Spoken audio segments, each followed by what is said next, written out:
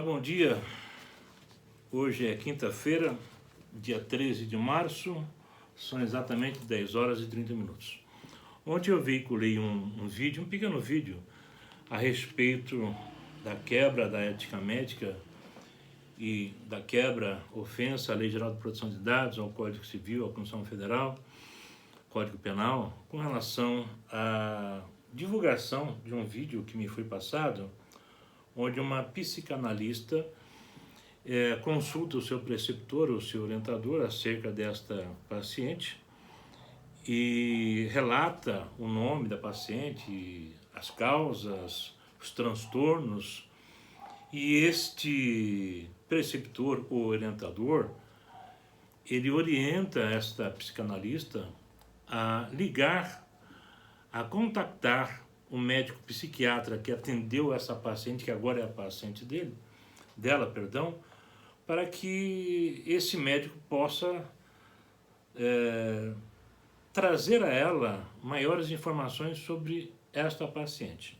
E ela, não sei se por bravata ou se é verdade, informou naquele vídeo que já tinha feito isso, esse contato com esse médico psiquiatra, que foi um contato feito via telefone e que teria ficado em média 1 hora com esse médico, onde esse médico então relatou todos os dados sensíveis do seu atendimento, a hipótese diagnóstica, diagnóstico, a terapia medicamentosa, o planejamento do tratamento dessa paciente, e ainda teria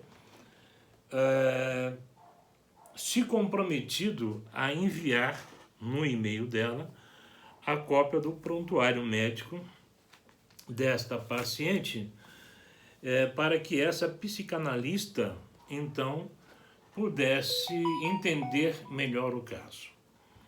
Eu então de imediato pausei o vídeo, porque entendi que se eu continuasse assistindo aquele vídeo, eu também estarei incorrendo em vários ilícitos cíveis e penais. E de imediato entrei em contato com esse diretor, o fundador desse instituto, indagando a ele se ele orientou a sua ex-aluna a pedir uma autorização expressa da sua paciente para que o médico psiquiatra pudesse então revelar fatos contidos no seu atendimento e no prontuário dessa paciente. Ao que ele deixou bem claro que não houve esse pedido. E pior ainda, para piorar a situação, ele ainda informa que na psicanálise, os psicanalistas têm total acesso, integral acesso a todos os profissionais médicos e que é recorrente essa prática de divulgação do prontuário daquele paciente ou de informações sobre aquele paciente sem ter uma autorização expressa. Eu disse a ele que, olha, se isso realmente é uma prática recorrente, vocês estão incorrendo em vários ilícitos. Ilícitos cíveis, penais, administrativos, estão violando lá o artigo 89, parágrafo 1º e 2º do Código de Ética Médica, que diz que o médico não pode permitir que uma pessoa estranha à relação entre médico e paciente tenha acesso ao prontuário daquele paciente, né? Também nesse mesmo artigo 89 tem lá as exceções a regras, onde o médico pode e deve permitir o acesso ao prontuário de um paciente quando perquirido por uma determinação judicial ou quando for usar esse prontuário médico em defesa própria. Ou seja, quando ele estiver respondendo a uma sindicância, a um PEP, ou a um processo civil por erro médico, ou a um processo criminal por erro médico ou erro paramédico, né? Então, essas são as exceções à regra, né? O fato do médico psiquiatra, segundo ela, ter conversado com a mesma durante 1 hora por telefone e se proposto, segundo ela, a entregar, a fornecer a cópia do prontuário por e-mail, sem ter uma determinação judicial, sem ter uma autorização expressa da paciente, ele viola o sigilo médico, que tem previsão no próprio Código de Ética Médica. Vai lá no artigo 73, 76, 77, 78, 79, que os senhores vão ver. Violou o sigilo médico. Em razão disto, no meio da conversa, ele me fala, olha, doutor, o senhor vive que mundo? Porque se o senhor vive no mundo de Poliana e quiser discutir ética comigo, eu não tenho interesse em tê-lo como aluno. E eu disse a ele, eu também não tenho interesse nenhum de ser aluno de um bandido. Fui bem claro, fui bem taxativo. Os meus alunos e ex-alunos sabem que eu sou bem taxativo em algumas coisas. E às vezes chega a ser até um pouco ignorante. E disse a ele, olha, eu só não vou denunciar o senhor e essa sua ex-aluna, porque eu não tenho certeza se realmente isso aconteceu. Isso pode ser uma bravata da sua aluna e pode ser uma bravata do senhor. Embora eu tenha um vídeo que confessa o ilícito. Mas eu vou me permitir simplesmente a não fazer mais contato com o senhor, vou bloquear os seus contatos e nós vamos parar por aqui. E um grande amigo meu, é um profissional da área da fisioterapia, fantástico, fantástico, com várias especializações. Além de tudo, é um oficial da aeronáutica, um homem de muito respeito, é um profissional que eu não tenho medo algum de indicar um paciente para passar por ele, porque realmente ele tem uma assertividade diagnóstica fantástica e vou dizer aos senhores, a resposta aos tratamentos dele são fantásticos, são fantásticos. Pessoas que vêm até de fora de outros países para se tratar com ele. Ele me fez algumas perguntas. E a questão das discussões de casos clínicos na faculdade, nos estágios e nos hospitais. Então eu vou responder, já respondi a ele por áudio, mas vou passar para os senhores agora. Não que os senhores não tenham conhecimento, mas esse vídeo vai ser divulgado para várias pessoas, são pessoas que nem são da área médica ou da área do direito. Quando nós estamos dentro do cenário acadêmico, toda e qualquer discussão de casos clínicos, elas podem e devem ser realizadas desde que seja mantido em segredo o nome do paciente. Ponto. Em ambiente acadêmico, discussões de casos clínicos mantido em segredo o nome do paciente, não há nenhum cometimento de infração ética, nem infração civil, nem infração penal e muito menos infração administrativa, ok? Tanto é verdade que nós que operamos na área do direito, nós usamos muito essas obras, estudos de casos clínicos, manual de diagnósticos médicos, né? E outras literaturas para que nós possamos melhor atender aos nossos clientes, aos nossos pacientes e aos médicos também, dependendo do lado da mesa em que o profissional do direito está, né? Eu tenho alunos que não gostam de fazer defesas de médicos, eles são pró-pacientes. Tem alunos que são pró-médicos, então a gente respeita o limite de cada um. Portanto, no cenário acadêmico, não há nenhuma óbice na discussão de casos clínicos, desde que se preserve o nome do paciente. Ponto. Aliás, o que seria dos médicos, dos fisioterapeutas, dos psicólogos, dos fonoaudiólogos, dos nutricionistas, se não houvesse essas discussões de casos clínicos, né? Como é que eles poderiam nos servir? Como é que eles poderiam servir a essa sociedade que anseia e necessita de bons profissionais na área da saúde? Já no caso dos hospitais, nos casos das clínicas, é muito comum a discussão de casos clínicos frente a um paciente que acabou de ingressar naquele nosocômio, né, e que o médico que o atendeu não está muito confortável na sua hipótese diagnóstica. Então é muito comum aquelas reuniões de divãs rapidinhos, de biombos. Cara, eu estou com um paciente aqui, ele está com esse sintoma, eu estou suspeitando de uma outra coisa, mas também tem uma outra vertente aqui, cara, eu estou meio em dúvida. Nesse cenário, não há nenhuma quebra de infração médica, desde que esses médicos não exponham o paciente a terceiros. E quando eu falo terceiros, não são os outros profissionais que trabalham no hospital, mas são os pacientes que possam estar ali.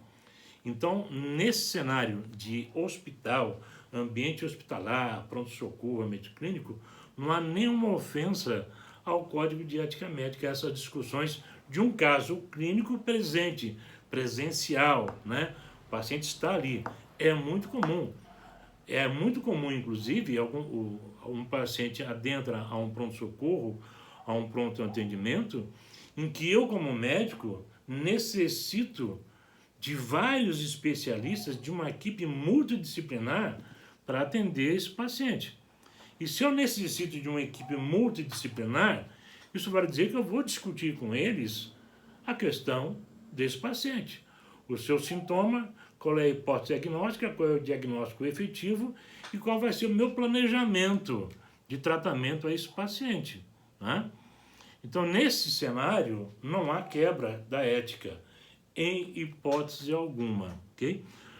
No primeiro cenário, que envolve aquela psicanalista e que envolve aquele suposto preceptor, orientador e fundador do Instituto de Psicanalistas, ali fica muito claro a prática de vários ilícitos civis e penais, né?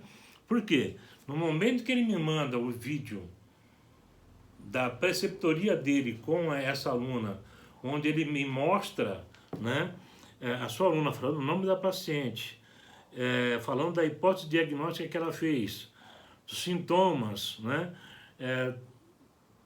comentando assuntos íntimos, sexuais da paciente, espirituais da paciente, ele ofendeu a Lei Geral de Proteção de Dados por permitir que eu, um terceiro orelhudo, tivesse acesso àquele vídeo, né?